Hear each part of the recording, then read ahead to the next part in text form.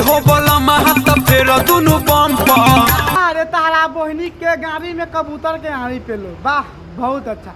का बात कह दिया कि एहो करे जा फेर न हाथ दुनु बम पर। ए भौजी तलार चटबू त का हाल बा भाई। त आज हम फिर से बात कर ले बानी भोजपुरी गाना के। आ भोजपुरी गाना के बारे में बात करबे कैले तो के पता बा। तो भाई लोगन आज के वीडियो बहुत खास बनल बा। ऐसे कहती भाई लोग वीडियो के जल्दी से लास्ट देखबा तबे मजा। ऐसे ही मनो देख के अपडेट आ गल बा बहुत अच्छा। देखने के बाद मन खुश जाई।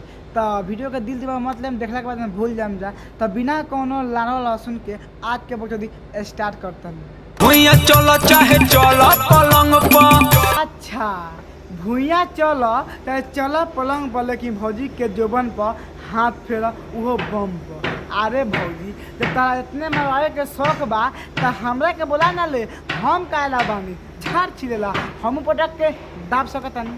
बोला महत फेर दुनु बम पर। भौजी एगो बतिया के बार बार कहबू आ रटट के कि फेरा दुनु बम पर हाथ, तो ई कोनो कही कि भौजी नु पक्का क्षेत्र बिया आ भौजी खाली पेलवाए के चाहती है। ऐसे हम तोहरे कहल चाहत भौजी कि ऐसे ना कुछ अलग करके बताओ तब मजा आई। चलो चाहे चलो पलंग पर। भौजी पलंग पर ना, लेकिन नीचे बोरा बिछा के लहंगा उठा के सब तरह झाँप छिल दे हम। तारा बहनी के प्रणाम करो लहंगा उठा के। कितना भौजी के मन करता देवे खेती हो आ भैया के ले कोनो फिक्रे नहीं के। ए भौजी हम ताते कहल चाहता नहीं, जब भैया नहीं खा लेत नु तब बुला ले हमारा बारके बाबू के कि लाल पर टांग के हगा देस। कहलट जाई तबे पसार के सारे। भौजी भोंसरी वाली वाह बहुत अच्छा। कह तब पसार जाइए तही हम खोल के। अरे भौजी छिहत्तर दी का चाहता रू कि कोनो आवा पटक के चाट ले हो। ऐसे मत ना कर, घर की इज्जत न बारू तू। तार बहिन चोदो कहीं का कह तब पसर जाई खोल के। अरे भौजी त झाट छिलबू बोला मुआ जे चार टिप मार के। वाह रे तारा बहिनी के गाड़ी में सकल बलमुआ के आनी पेलो, वाह बहुत अच्छा।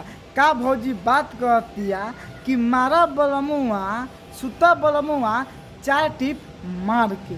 वाह रे भौजी भोंसरी वाली कितना भौजी के पेलवावे का मन करता उहो गाड़ी में। ए भौजी तो काम ना कर, भंटा लेके अपने हिला ले, मजा आई तार बहिन चोदो कहीं का सुता बलमुआ चार टिप मार के। तलार चटबू सुता बोला मुआ जे चार टिप मार के। पेल के ना सुती तारा बहनी के झाड़ छिलो सुता बलमुआ चार टिप उहो मार के।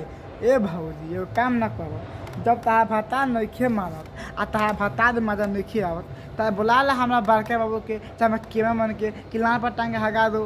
तार बहिन चोदो सुता बलमुआ चार टिप मार के त झाड़ छिला सुता बोला मुआ जे चार टिप मार के। भौजी का चाहता रू कि पटा के पेल दी हम ना, तू हमरा के बताओ का चाहता रू।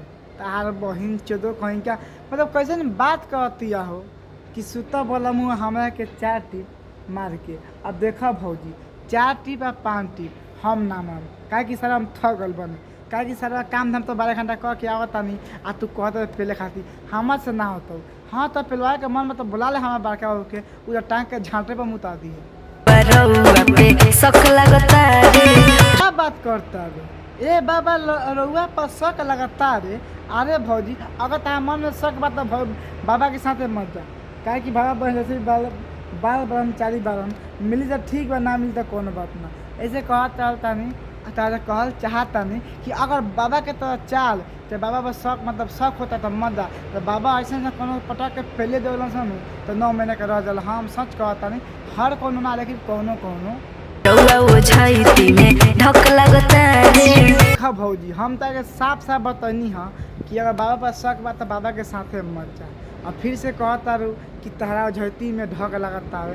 अब ऐसा बात तू सबके सामने बाबा के बेइज्जती करबू तो कोनो का सोची कि बाबा रंडा बा तो रंडियापन करेला। ऐसे कहल चाहते हैं बाबा पर शक बा तो बाबा के पास मत जा, चल जा घर। का मतलब इलाज करावे के हो, जा हॉस्पिटल में दिखा लियो, क्या कच्ची का दिक्कत बा। लेकिन ऐसे बाबा के बदनाम मत करा।